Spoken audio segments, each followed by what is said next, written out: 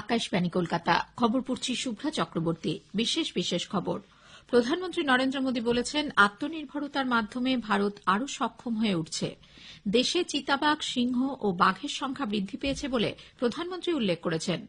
জম্মু ও কাশ্মীরের সোপিয়ানে নিরাপত্তা বাহিনীর সঙ্গে সংঘর্ষে 2 জঙ্গি মারা পড়েছে। কৃষক সংগঠনগুলি আগামী মঙ্গলবার ফের কেন্দ্রীয় সরকারের সঙ্গে বৈঠকে বসতে চলেছে। দেশে করোনা সংক্রমণ থেকে আরোগ্যের হার বেড়ে হয়েছে 95.82%।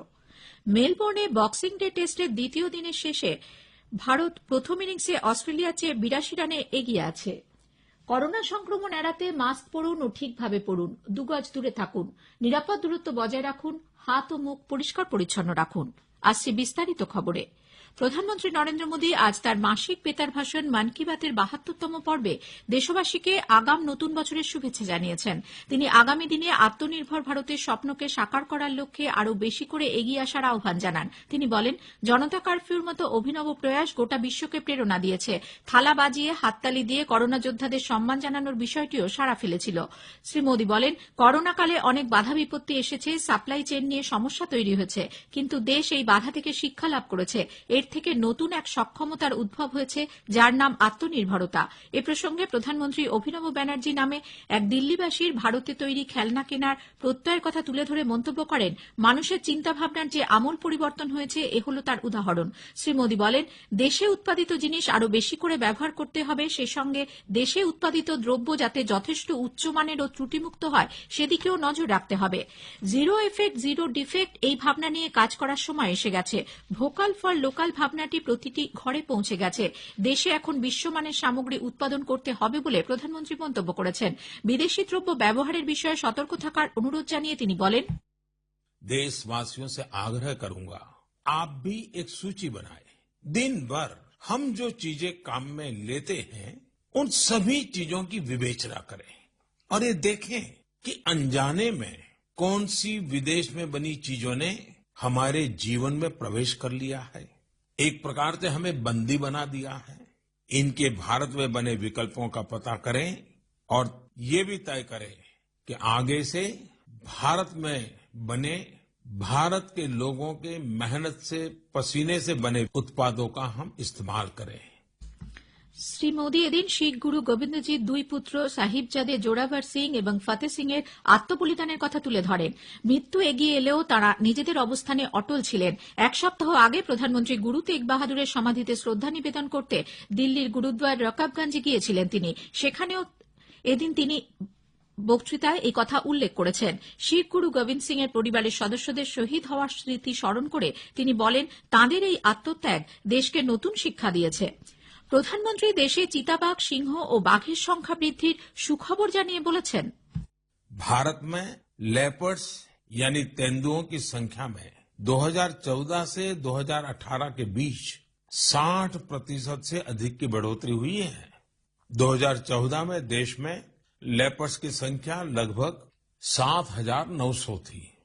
वहीं 2019 में इनकी संख्या बढ़कर 12,852 हो गई।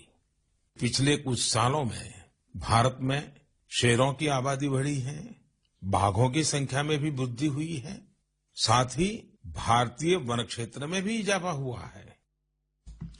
পশুপ্রেমীদের প্রতি সহমর্মিতা জানিয়ে তিনি এদিন কোয়েম্বাটোরে গায়ত্রীর কুকুরদের জন্য হুইল চেয়ার তৈরির প্রসঙ্গের উল্লেখ করেন। কোশাম্বীর জেলবন্দীরাও গরুদের ঠান্ডা থেকে বাঁচার জন্য ছেঁড়া কম্বল দিয়ে কভার তৈরি করছে বলে তিনি জানান। দেশের তরুণ সমাজ কিভাবে এগিয়ে এসে পরিবেশ ও ঐতিহ্য সংস্কারের কাজ করছেন তাও প্রধানমন্ত্রীর ভাষণে উঠে এসেছে। কর্ণাটকের শ্রীরঙ্গপত্তনে যুব ব্রিগেড নামে একটি সংগঠন বীরভদ্রস্বামী নামের একটি প্রাচীন শিব মন্দিরের ফোল বদলে দিয়েছেন বলে শ্রী মোদী উল্লেখ করেছেন। তামিলনাড়ু স্কুল শিক্ষিকা হেমলতা এনকে কোভিড অতিমারি সত্ত্বেও ছাত্রছাত্রীদের ভাষা শিক্ষার জন্য অভিনব উপায় বের করেছেন। প্রধানমন্ত্রী জানান, হেমলতা 53টি অধ্যায় রেকর্ড করে অ্যানিমেটেড ভিডিও বানিয়ে পেন ড্রাইভে করে ছাত্রছাত্রীদের পাঠিয়ে দিয়েছেন। এতে বিষয়গুলি বোঝার ক্ষেত্রে অনেকটাই সুবিধে হয়েছে। এদিন তিনি কাশ্মীরে উৎপাদিত কেশরকে আরও বেশি করে ছড়িয়ে দেবার প্রসঙ্গ উল্লেখ করে কাশ্মীরি কেশর জিআই ট্যাগ সার্টিফিকেট পাওয়ার পর তা দুবাইয়ের একটি সুপারমার্কেটে বিক্রি হচ্ছে বলে জানান। পুলওয়ামার ব্যবসায়ী আব্দুল মজিদ বানি ই ট্রেডিং এর মাধ্যমে কেশরের ব্যবসা বাড়িয়ে দৃষ্টান্ত তৈরি করেছেন। গীতা জয়ন্তী প্রসঙ্গ তুলে শ্রী মোদী তাঁর আজকের মন কি বাতে বলেছেন, কৌতূহলী জ্ঞানের উৎস, যতদিন কৌতূহল আছে ততদিনই জীবন। এ প্রসঙ্গে তিনি শ্রীনিবাসাচার্য স্বামীর কথা বলেন। उनके मन में जिज्ञासा और आत्मविश्वास अभी भी उतना ही है जितना अपनी युवावस्था में था। दरअसल श्रीनिवासाचार्य स्वामी जी संस्कृत और तमिल के विद्वान हैं। वो अब तक करीब 16 आध्यात्मिक ग्रंथ भी लिख चुके हैं, लेकिन कंप्यूटर आने के बाद उन्हें जब लगा कि अब तो किताब लिखने और प्रिंट होने का तरीका बदल गया है, तो उन्होंने 86 साल की उम्र में 86 की उम्र में कंप्यूटर सीखा, अपने लिए जरूरी सॉफ्टवेयर सीखे। अब वो अपनी किताब पूरी कर रहे हैं। পরিবেশকে দূষণমুক্ত রাখার বিভিন্ন ধরনের প্রয়াস শুরু হয়েছে। প্রদীপ সাংওয়ান নামে এক যুবক একটি স্বেচ্ছাসেবক বাহিনী তৈরি করে হিমালয় গিয়ে কিভাবে টন টন প্লাস্টিক পরিষ্কার করছেন, প্রধানমন্ত্রী সে কথাও জানান। তিনি এদিন কর্ণাটকের তরুণ দম্পতি অনুদীপ ও মিনুষার কথা জানিয়ে বলেন, বিয়ের পর এরা ঘুরতে না গিয়ে সোমেশ্বর সৈকতের আবর্জনা সংস্কারের কাজে এগিয়ে এসেছেন। স্বচ্ছ ভারত অভিযানের কথা আরও একবার স্মরণ করিয়ে দিয়ে শ্রী মোদী বলেন, দেশকে সিঙ্গল ইউজ প্লাস্টিক মুক্ত করতেই হবে। 2021 সালের সংকল্পগুলির মধ্যে এটিও একটি। জম্মু ও কাশ্মীরের সোপিয়ানের কালিগাম এলাকায় নিরাপত্তা বাহিনীর সঙ্গে সংঘর্ষে 2 জঙ্গি মারা পড়েছে। রাজ্য পুলিশের মহানির্দেশক দিলবাগ সিং জানিয়েছেন, এরা আলবদর গোষ্ঠীভুক্ত। নির্দিষ্ট তথ্যের ভিত্তিতে তল্লাশি চালানোর সময় নিরাপত্তা বাহিনীর সঙ্গে সংঘর্ষ বাধে। এ খবর প্রচারিত হচ্ছে আকাশবাণী কলকাতা কেন্দ্র থেকে। সংযুক্ত কৃষক মোর্চার প্রতিনিধিদের সঙ্গে আগামী 29শে ডিসেম্বর মঙ্গলবার কেন্দ্রীয় সরকার ফের বৈঠকে বসতে চলেছে। কৃষক মোর্চার পক্ষ থেকে গতকাল এক বিবৃতিতে জানানো হয়েছে, আলোচ্য বিষয় হিসেবে 3টি কৃষি আইনের সম্পূর্ণ প্রত্যাহারের কথা রাখতে হবে। এদিকে সরকার বলেছে, চলতি খরিফ মরশুমে 55,49,000 ধান চাষী ন্যূনতম সহায়ক মূল্য এমএসপির সুবিধা পেয়েছেন। এর জন্য সরকার ব্যয় করেছে 84,928 কোটি টাকা।